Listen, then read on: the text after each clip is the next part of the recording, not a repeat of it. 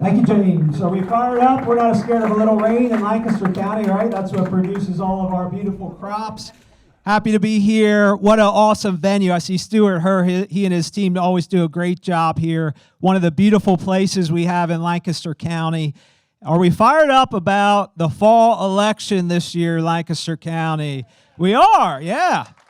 So I was thinking about this today and thinking about our country and where we are. I see some of the veterans out here in their hats, and I think back to when I was a young soldier, and one of the things that the Army in its infinite wisdom decided to do was send me to airborne school, where you learn to fall out of an airplane and hopefully not get hurt too bad. And among the things that they teach you when you're at airborne school are how to rig up your gear. Not the parachute, they have special riggers who do that, but the rest of your gear. And when you go out the door of the airplane, you're carrying a big rucksack, kind of hangs down below you. It's like 80 pounds. And if you were to hit with all that weight, you could break your ankles. So they teach you how to rig up a lowering line, which when you getting close to the ground, you pull the lowering line and that rucksack hangs down below you and it hits first. And then you hit and roll and hopefully don't get hurt. Well, they were teaching me how to do this, and I was kind of messing around in the back of the class, not paying attention. My parents would tell you I was not that a serious guy at that age. And when it time to do this and load up on the plane, mine was a big mess, and everything's supposed to be real nice and tight, because if you're going out the door of a plane and the lowering line or anything else gets hooked to the plane, you slap across the back of the plane for the rest of your short life. It's called being a towed jumper. And so I had this big mess, and I figured as I get on the plane, they're going to inspect me, and if something's wrong, they're going to fix it for me. They're going to take care of me. And I got up there, and the big sergeant looked at me and said, "That's a mess. It looks like a big bird's nest. You're going to be a towed jumper. But you know what? You rigged it. You ride it. Get on the airplane." And as that airplane took off, that's all I could think of. And as I moved towards the door and as I exited the aircraft, that's all I could think of, that I was going to be a towed jumper. Maybe he knew I wasn't going to be, and he was just trying to scare me. Well, it worked. I fell free. My chute opened. I was okay. But that stuck with me for the rest of my time in the Army as an infantry officer. It stuck with me as my time as a prosecutor, stuck with me in my time as an elected official. And that's what we try to do here in Lancaster County. Rig your gear, take care of yourself, take care of others, take 100% responsibility. And that's what we've done, my partner Ray and I have done in Lancaster County, whether it's paying down $100 million of debt, whether that's being the #1 county in the nation for ag preservation so that you can continue to have access to fresh food, whether that's being one of the safest counties in Pennsylvania because we respect law enforcement and because of the work of our law enforcement, whether that's taking care of our infrastructure, repairing or replacing all our bridges, building a new prison because it's necessary, whether that's keeping your taxes the same, not raising taxes for 11 years for county government. That's rigging our gear correctly and protecting for the next generation, because we want our children or grandchildren to have the same great quality of life we have had here in Lancaster County. But that's not happening at other levels of government. Look at the chaos at the border.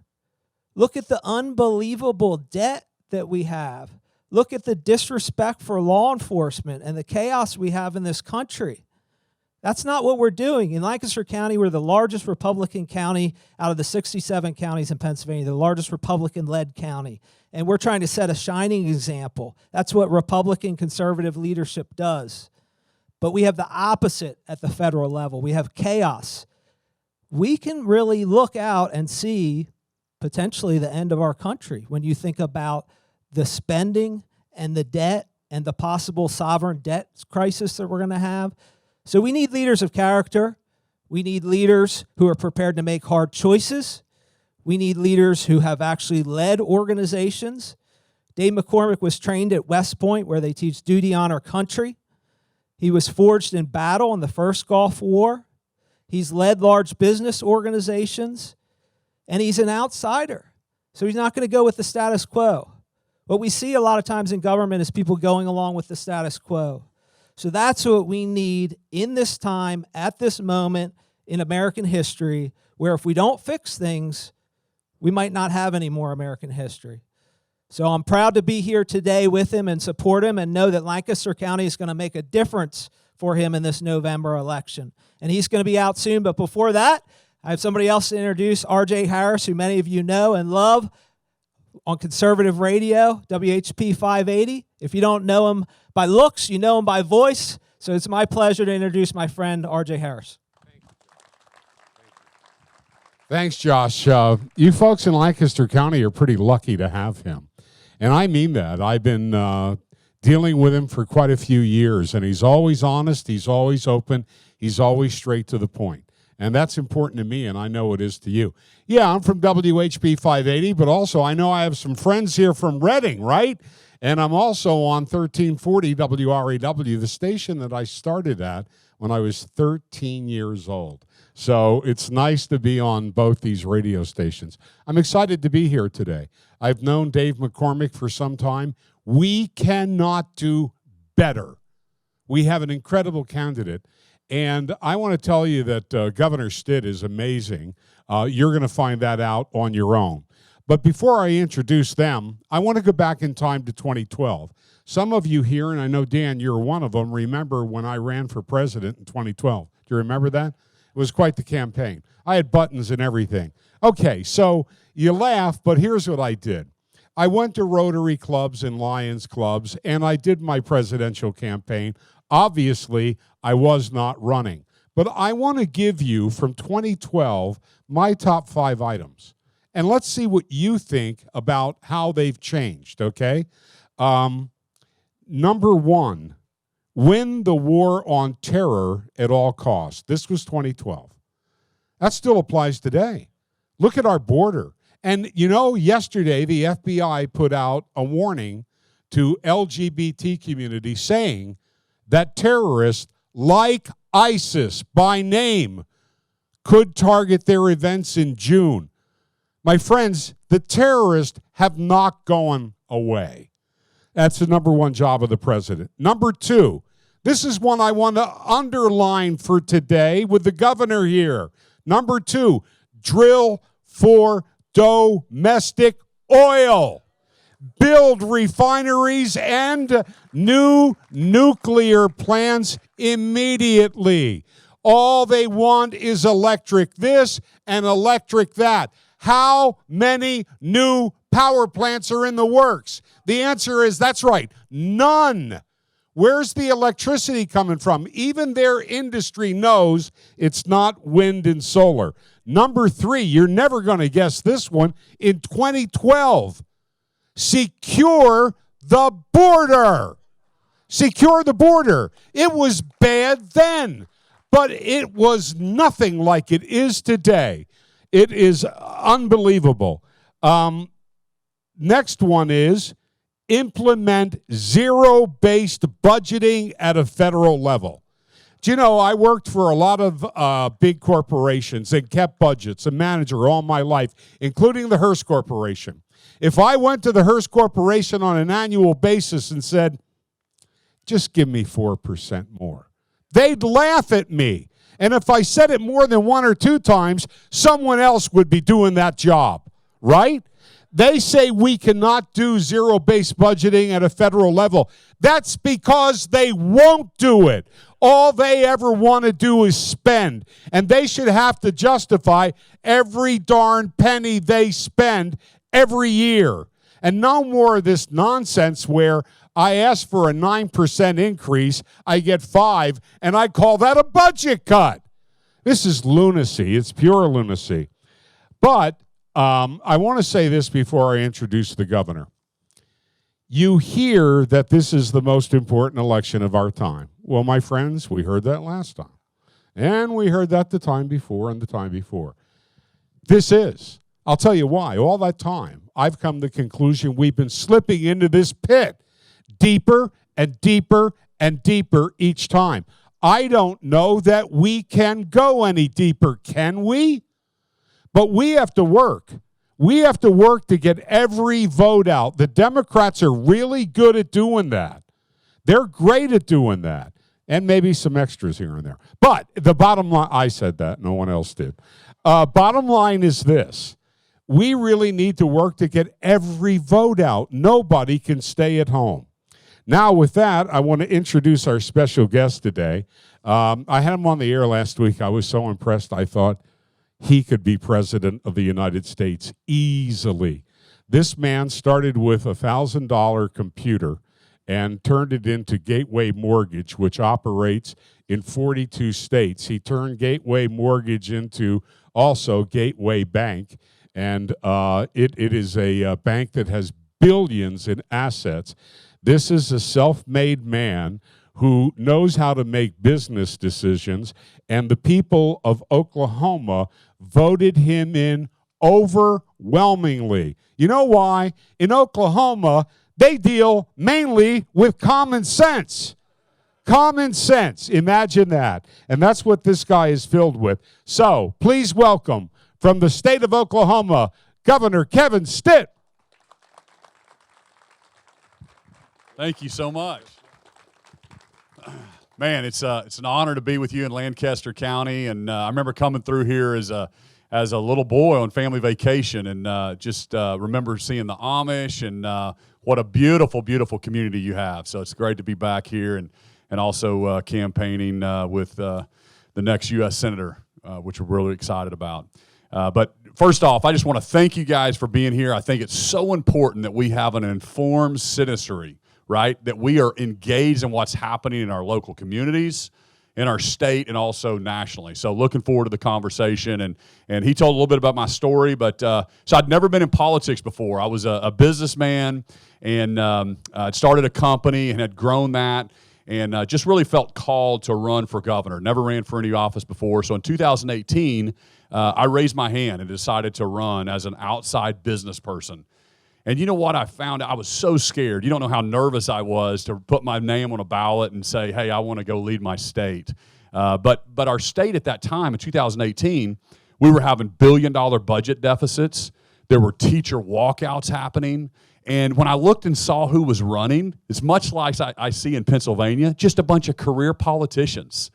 And I said, man, I don't think that's what our founding fathers envisioned. They thought you'd be a successful farmer or rancher or business person or teacher, and you'd leave that to go serve your state or your country. And that's exactly what I decided to do. That's exactly what David McCormick's doing. And so today, I'm so happy to announce, I've been governor now for 6 years, just won re-election in 22. Now we have the largest savings account we've ever had, because it was zero when I took office. It's over $5 billion. We've cut taxes.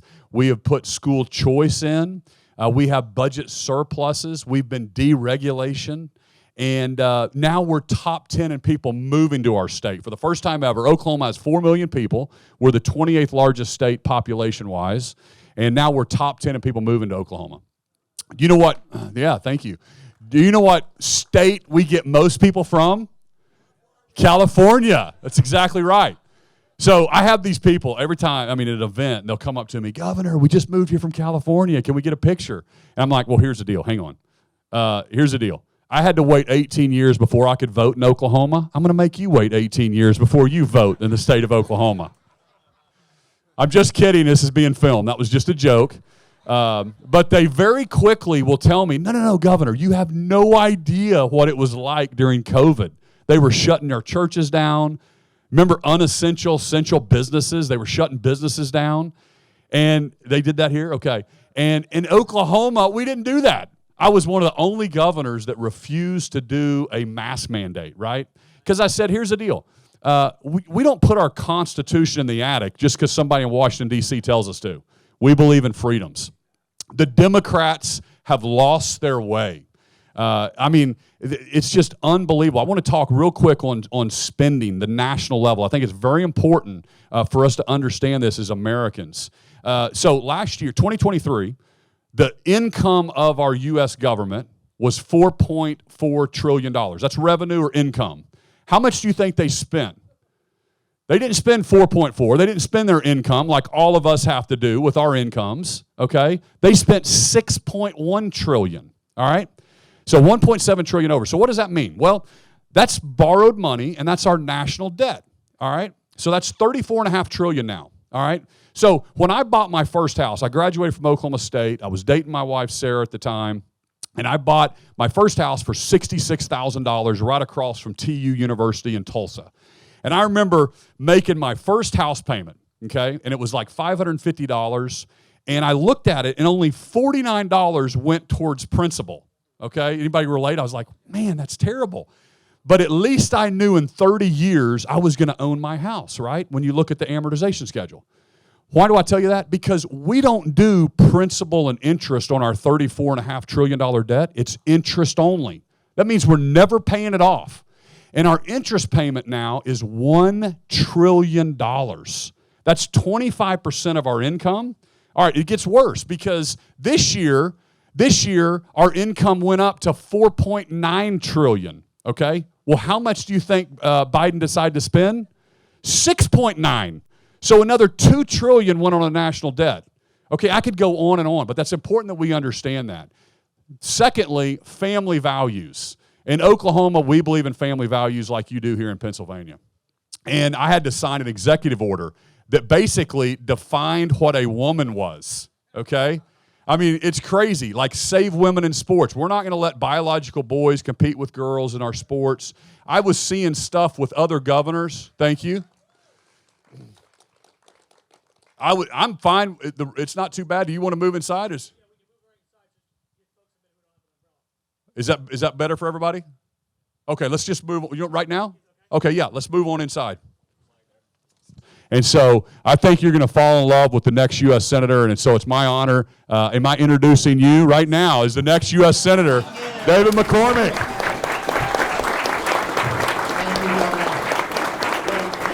What's happening in Oklahoma just shows you the difference with great leadership. So thank you, Governor Stitt. I appreciate it. RJ, thank you for being here, sir.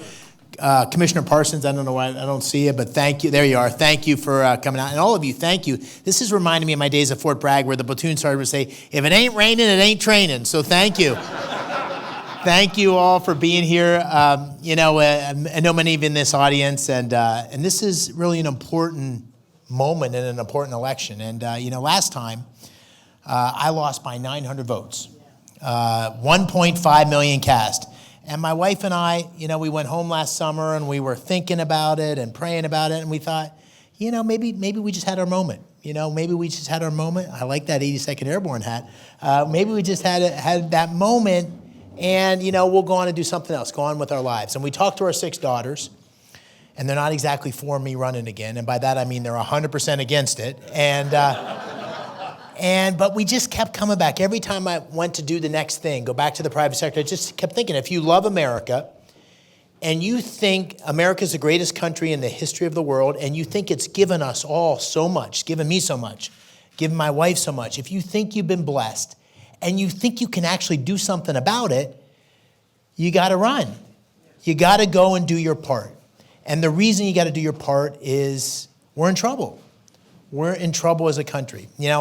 Running last time, I learned a lot new this time. And the one thing I learned, and I hear it every day I go across the Commonwealth, I wanted to run a retail campaign where I get out there and I'm meeting people across our Commonwealth every single day, communities. So I wanted a bus. And all the political people said, no bus, no bus, no bus. And my wife, Dina, said, no bus. So I bought a bus. And the bus is right out here. And my daughters are all away at college, and none of them could see the bus. So Dina sent them a picture of the bus. And they're like, oh, God, Dad, it's too much. Too much with the bus because the bus is wrapped with all this stuff. And then my one daughter said, well, at least it doesn't have a huge picture of your face on the side. And then we sent them the picture of the other side of the bus. But all kidding aside, driving across Pennsylvania, you are reminded every single day that we're in trouble as a country. We're in trouble economically. Where 60% of Pennsylvanians are living paycheck to paycheck. Where prices are up under Joe Biden and Bob Casey, 21% since they came into office on average. Real wages are up 14%. So most working families are getting squeezed for food, fuel, rent. And it's a direct result of bad policy and bad leadership from Joe Biden. Unbelievable spending. Republicans and Democrats alike have been spending too much. Under Joe Biden, it's a hockey stick. $6 trillion of new spending. Bob Casey voted for every single piece of that legislation. It's a war on energy, a war on oil and gas, which has driven up fuel prices by more than 50%. That's driving the inflation and everything. It's a border that's out of control. If you'd have said, if we'd all been sitting in this room together on the first day of the Biden administration, knowing he was going to change the border policy, and we would have said, how bad could it get? We would never have imagined it could get this bad, right? 10 million illegal migrants, economic burden across, we have 13 sanctuary cities or counties in Pennsylvania. We have 160 people apprehended last year on the terrorist watch list. These are the people that were apprehended, right? God knows how many came into our country that weren't apprehended. It only took 13 people to take down the towers, by the way. And we have 4,000 deaths from fentanyl last year alone. 4,000 deaths from fentanyl. For those of us in the military, in 20 years of war in Afghanistan and Iraq, we lost just over 5,000 killed in action. 4,000 is unbelievable. It's absolutely unbelievable. We have crime in our cities up dramatically since President Biden came into office, pre-COVID till now. Wildly out of control. I was in Chester County the other day, and I walked into a sporting goods store, and the young woman who's a proprietor, I said, how are sales? She said, sales are great. Gun sales are really good. Handgun sales, women, suburban women buying handguns, off the charts because crime in Philadelphia is coming into the suburbs. In Pittsburgh, where I live, the police force is about 650 today. It was 1,000 in 2020. And so the patrols in my neighborhood are about a half of what they were, right? And then you got the spiritual decline. You look at what's happening on our campuses, these kids don't know the difference between right and wrong, good and evil, and you say, my God, how could that happen? And then you watch those 3 college presidents testify, and you say, oh, that's how it happened. A lack of leadership, a lack of moral clarity. And Bob Casey has been at the scene of the crime every single time. He's voted for supported defunding the police. He's voted for a war on oil and gas. He's failed to stand up and say anything about what's happening on our campuses and really calling balls and strikes. This is a moment that requires absolute leadership. And so we're in trouble. We're in trouble as a country, and we need leadership that's going to take us in a new direction. Leadership that believes in the greatness of America. Leadership that believes that free enterprise, small businesses are the creator of jobs, believes that government should get out of the way and stop this over-regulation of our business, believes that government must secure the border. It's the fundamental mission of government is to keep its citizens safe. It's to believe that America's strength abroad keeps peace in the world and peace here at home.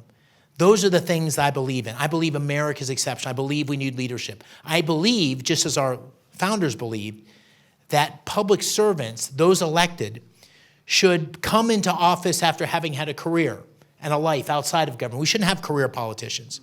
And so while I want to talk to you today about all the policies that we should take, I want to really talk to you about the root causes of what got us here in the first place and the kind of senator you need to shake up Washington. Bob Casey's a career politician. He's been in office for 30 years. He's been 18 years in the Senate. You can't point to a single accomplishment, a single significant legislative accomplishment this guy's done, not one. And he's voted with Joe Biden 98% of the time. 98% of the time. That's what you have. That's what you have. And so I say to people on the campaign trail, if you want the status quo, if you want to keep going in the same direction, you should vote for Bob Casey. I am not your guy. But if you want change, if you want leadership, if you want someone who's going to fight, who doesn't owe anybody anything but the people of Pennsylvanians, who's going to fight for the future of Pennsylvania, then I'm your guy to try to bring about the kind of transformation that we're seeing in Oklahoma. And we need to change things dramatically in Washington to shake things up. We need to change the culture of Washington. We need to change the culture of Washington. We need to be able to fire bureaucrats who are underperforming. They need to be driven by merit. They can't have a political agenda.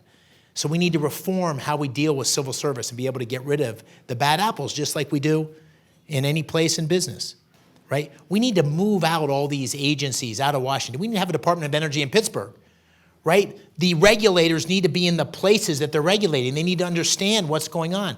Washington shouldn't be the center of power. We should move these things out into the country. To deal with the citizens they support, or the citizens they're supposed to support. We need to fundamentally rein in the bureaucracy. We need to rein it in. It's out of control. Everywhere I go on the campaign trail, manufacturers, farmers, I say, what are your biggest challenges? They say regulation. Regulation on top of regulation on top of regulation. So we should reenact the Trump policy. Trump put in place a good policy, which is for every new regulation that you introduce, you have to get rid of two. Right? Do you remember that? That was a smart policy. We need to do that. We need to create a way that businesses can challenge these regulations and make the agencies prove that it's actually to the benefit of the citizens. That should be an independent process. It shouldn't be within the regulators. It should be expedited. It should take place in a couple months. And if someone wins, then the government should pay all the legal fees. That's the way to change the regulations. And we need to change Congress. We get all the wrong incentives. Can you believe that the number one job for people who retire from Congress is lobbying? Right? Does that sound right to you? Right? Can you believe that many members of Congress and many of their family members are able to get great returns in the stock market on buying stocks that are overseen by those very Congress people? Nancy Pelosi's had an unbelievable track record in investing. I don't think that's right, right? We need to change the incentives, and we need to have term limits. We need to have term limits. So I'm here to say today that if elected, that I'll limit myself to 2 terms. Somebody said to me, you'll just be getting seniority then. You can just make a difference. I said, oh my God, if you have to go to Washington for 12 years to get seniority to make a difference, the system's screwed up. We need to fundamentally change that. So we need leadership in Washington that's going to put in place good, strong, conservative policies. But more than that, shake up Washington, break the back of the monopoly that we've seen that's taking our country in a terrible direction. And so I'll end on this point. I know we're going to do a little bit of Q&A, but I just can't emphasize how important this election is for all of us. In all of our lifetimes, anybody that's been around for a while has heard politicians come in and say, this is the most important election of your lifetime. This is the one.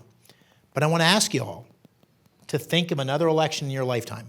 Think of one where the stakes seem so high, where the country seems so fragile, where the consequences of getting it wrong seem so profound. I can't think of one. I think it is the most important election of my lifetime, and that's why I'm running. I think the stakes could not be higher. And so I was at State College, 6-8 weeks ago, and I was with the college Republicans at State College. I was in a room of about 50 kids. These may have been the only Republicans at State College, Ed. And I said to them what I'm going to say to you, which is, I was sitting in the middle of my talk, and I stopped and I said, you know what? I'm going to be okay no matter what happens in this election. I'm going to be all right. Win or lose, whatever happens, I'm going to be fine. And the reason is, I got more years behind me than in front of me. It's like most people here. Not you, but most people have more years behind them than in front of them. But for you all in this room, for our kids, for our grandkids, man, the country that we're handing over to them is not going to be okay. They are not on a path for things being okay. We are not on a path where our kids are going to have the same America that we had. We're on the path to screwing it up. And so this election is so important because it's an opportunity to change course, change direction, get things back on track. And so I said to them what I'll say to you, which is you need to treat this election like your life depends on it, because it really does. Thank you so much for being here, all of you. Couldn't appreciate it more. And RJ, let me turn it to you. Thank you. Well, let me just ask you, wouldn't we be better off with him as senator, number one, and this guy over here, he could be president of the United States. I like it. We could solve the problems right here today. The first thing that I'd like to probably touch on is energy, since that's one of your strengths, Governor. And the last 2 days, well, yesterday, we got some interesting news. Number one, California's Emissions Council has decided they're not achieving their goals fast enough. So they're going to take a different approach. And what that means is 47 cents more per gallon in California. I checked the average high this morning. It's $5.29, average for gas in California. So almost $6 a gallon. The other bit of news was that coal-fired power plants are really going to have to make major revisions or shut down. This all-out attack on fossil fuels has to end. Well, I'll jump in there first. This administration, their attack on these things, and shutting down. Let's take the coal-fired power plants for a second. When you tell someone to shut those down with no plan to replace that generation, how stupid can you be, right? We all have to drive our kids to school and piano lessons and soccer practice and heat our homes and our businesses. And so I'll give you a story. 2021 was a polar vortex. Remember when it was just super cold all through the Midwest? And Oklahoma experienced like 2 weeks of super cold weather, all right? So we normally get 40% of our energy from wind generation. But during that time, all those wind turbines were frozen. So we couldn't get any of our electricity. And then out of the gas wellhead, some of even our gas pipelines were frozen up. It was so cold, so that was kind of limited. Normally in Oklahoma, coal is only like 5% of our generation, but it went to 50% during that time period. Luckily, we had plants that could flip back and forth between natural gas and coal. I was on the phone with President Biden and Governor Abbott because Texas was experiencing that same thing. And I told President Biden that story. I said, hey, if we wouldn't have had coal, and I tell young people this, if we wouldn't have had coal in Oklahoma, you wouldn't have been able to watch TikTok for 2 solid weeks. And they kind of laugh, but it's so important to understand when you plug your cell phone in or you flip the light switch, where does that generation come from? And it's like these liberals in D.C. don't understand that. They make these policies based on what they think and they want, and without regard to the citizens in America. We believe in free enterprise and innovation. Let companies innovate, meet the needs of Americans. They're driving the inflation. To McCormick's point, all of their policies are making it more expensive for us Americans to live, and that's why we have to change and get guys like this in the U.S. Senate. And fracking. Well, this is, when I get to the Senate, I want to be able to work with guys like this because this is a huge asset. Pennsylvania is uniquely blessed. 4th largest natural gas reserves in the world. In the world. This is Pennsylvania. Toby Rice, the president of the CEO of EQT, which is the biggest natural gas company in the world, is based in Pittsburgh. He was telling me this, just to put in perspective. We're standing on top of Saudi Arabia. Saudi Arabia, in terms of the natural gas equivalent of how many barrels we could produce, how much natural gas we could produce. This is incredible. But we can't get it out of the ground, and we can't get it into pipelines because of the regulatory burden that Joe Biden and Bob Casey have put on Pennsylvania. And I think when we look back on the Biden administration, we'll say the 2 enormous strategic miscalculations are border, which we've talked about, and energy policy, because our energy policy in one fell swoop has made us more dependent on the world. So it's hurt our national security. We could be giving that natural gas to our allies around the world. Look what happened with Russia and Ukraine and Europe because they were dependent on Russian natural gas. 2, we've hurt our economy. These are incredible jobs. These young people that work on these fracking rigs, they start out $65,000 a year, something like that, $20,000 of overtime, $80,000, $90,000 a year and going up. And these are great multi-decade opportunities for a great career. It's killing the economy. This is the one thing we can unlock Pennsylvania's economy would be unlock natural gas. The third thing is, to the governor's point, if the goal is to reduce carbon emissions, this natural gas is clean and beautiful. We could export it around the world, and it would replace coal-fired plants in places like India and China, which are driving carbon emissions. So it's been a disaster. Oh, one final point, just in case you wondered. The energy policy has made us more dependent on China for lithium batteries and solar panels. At a time when China's our greatest adversary, the Biden administration has doubled down on making us more dependent. So day one in the Senate, my goal would be to be a hugely strong voice for pulling back on all those policies, unlocking our natural gas in Pennsylvania for the benefit of Pennsylvania, but also for our country. It's great policy. What the Biden administration has done has been truly disastrous. With what you're seeing going on college campuses, it's pretty obvious that we don't teach American history. If we did, they might learn that we almost lost many battles in World War II, but we didn't because the Germans ran out of oil before we did, ran out of gas, and that's where we are now. Let's talk about the border. I mentioned earlier, 2012, I had it on my list, and it was pretty bad then. Yeah. I had a chance to visit the border. It's pathetic. Yeah, I was there last time. Last time I ran, I saw it for myself. I'm actually going to the border later this week, and what you see there, you can't believe it. I mean, I was with the Border Patrol. They pointed up across the Rio Grande to this hedgerow, and they said that in that hedgerow is the cartels that are pushing people across the border. And people are coming across the border, they're walking across the border, they get in public transportation or a bus, and they go and they apply for asylum, and they're let loose on the economy for a couple years, wait for a court date. We lose complete control. And that has all the implications of what we talked about, national security, economic. But the thing I want to highlight as a Pennsylvanian is the fentanyl crisis. I can't emphasize enough how terrible this is, how insidious this is. It's 4,000 people that died. That doesn't even begin to capture the people that are addicted, the destruction to families, the destruction to communities. Everywhere I go, every county, this is a major issue. And it's coming, the ingredients are coming from China. They're being sent to Mexico. The fentanyl is being manufactured in Mexico, and it comes across the border. And it takes 48, 72 hours for it to make its way to Pennsylvania. The cartels are pushing it across the border. There's a huge cartel network. And then it gets into the drug distribution, illegal drug distribution in Pennsylvania.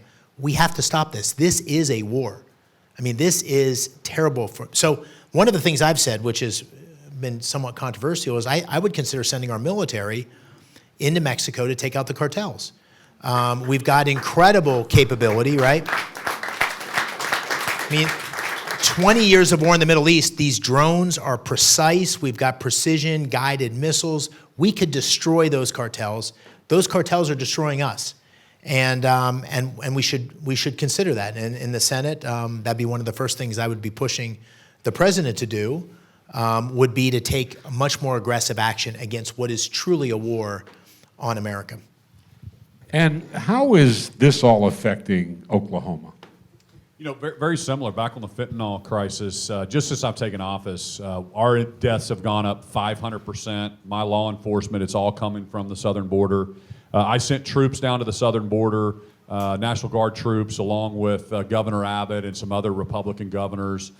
So we stand in lockstep. We all signed a letter pushing President Biden, from the governor's perspective, like 25 governors saying, hey, we need a meeting, and here's a 10-point plan, and crickets, nothing. Didn't even respond. So that's half of the country asking the president for a meeting, showing him how we can secure our border.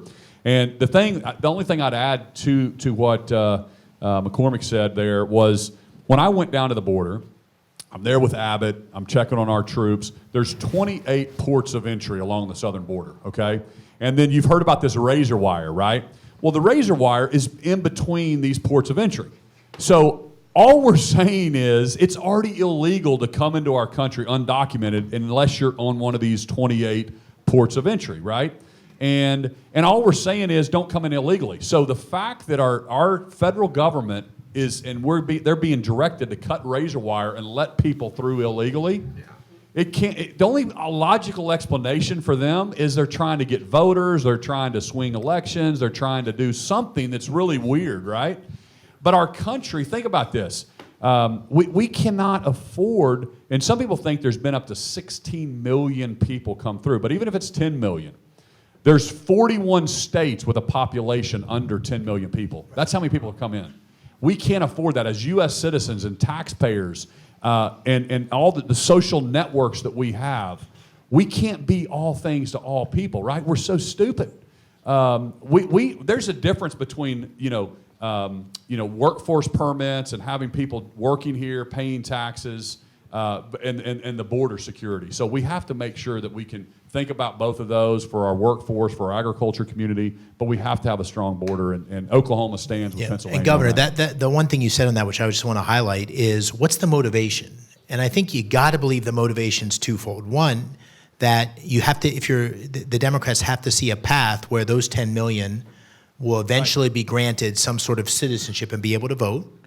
And two, right now, today, and this is really important, those 10 million illegal immigrants are counted in the census. This is something all the Democrats voted for. This is something Bob Casey voted for. Let me just be clear on this. He voted to allow those illegal immigrants to be counted in the census. Why is that so important? Well, the census determines where the congressional seats go. So if you have 3 million more people in New York gets more congressional seats. Why is that so important? Well, obviously it helps them have a majority, but more than that, it also determines the number of electoral votes you have in the Electoral College, which, as we all know, has decided the presidency on the last couple elections. This is a dramatic assault on the basic view of one person, one vote, and a democratic process where citizens decide their leadership. And so in the Senate, one of the things I do on day one is introduce legislation that you have to be a citizen to vote. You have to be a citizen to vote, and that you absolutely should not include illegal immigrants or immigrants of any kind who are non-citizens in the census. Okay, I've been given the high sign to kind of wrap it up, but Dave McCormick, before we do, I'd like to get a word or two from each of you on spending. Well, Governor, do you want to start? Because the governor's done an unbelievable job on spending. Go ahead. Well, like I said earlier, when you really think about if there's no governor to spending, if there's no limit, why not spend $8 trillion? Why not spend $9 trillion? And I went on a trip. We had some National Guard folks in Djibouti, Africa. My son is in the Oklahoma National Guard, so I made a trip over there to see them. Then we went to Kenya.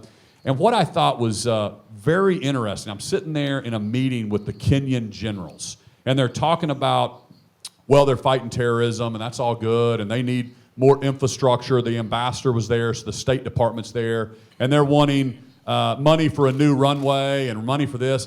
And then it just hit me. We're like building infrastructure in Kenya. And I'm like, that's where this money's coming from. So we've lost our way, and we have to have a limit. So Oklahoma has passed a balanced budget amendment. I think there's been about 29 states that have done it. We need 34 states to pass a balanced budget to force Congress to act. And until the states do that, Congress, the way that those guys get reelected is by spending and being buddies with everybody and just continuing the spending. But it is unsustainable. We're looking at a cliff, and we've got to rein our spending in. Sorry. You okay? I'm fine. Take a water. No, it was my leg. Okay. Sorry. It's standing too long. Yeah, so anyway, that's why we have to elect business people that aren't beholden to these special interest groups. Because I'm telling you, Casey, your U.S. Senator that's up there, he is voting right along with all these continuing resolutions. Yeah. Congress has not passed, think about this, Congress has not passed a budget. What our founders said in the Constitution they're supposed to do every year, they haven't even passed a budget in like 30 years. Our founders would not even imagine, how could you not do that? That's what you're elected to do. And they're doing this continuing resolution, and we have to stop this at some point. That's why Not we only need though, leaders the like madness is they passed the omnibus bill some months back. It was $1 trillion. They got it on a Friday, and they had to vote on it on a Monday. Yeah. 1,000 pages. I mean, listen, none of us would buy a washing machine like that, right? I mean, this is absolute madness. And I think what the governor said is absolutely, you have to have a balanced budget amendment. You absolutely have to have that. You could do some other things like if you don't pass a budget, then nobody gets paid in the Congress. That would be a way to get people's attention. I'd be in favor of. You have to deal with what Biden's done. As I said, Republicans do not have the high ground on spending. We have been guilty along with Democrats over the last 20 years. But what has happened under Biden is like this. That's $6 trillion of spending. Much of it hasn't been spent yet. We got to roll that back. The only way to roll it back is to have a majority in the Senate and the House and in the White House, to have a Republican president in the White House. That's the starting point. We have to rein in this discretionary spending, and we have to shake up things in Washington with people who are going there to make a difference, get things back on track, not to make a career of it. And that's the kind of senator I'll be. Thank you all. Governor, thank you. Dave McCormick for the United States Senate. Here's a guy who really will make a difference.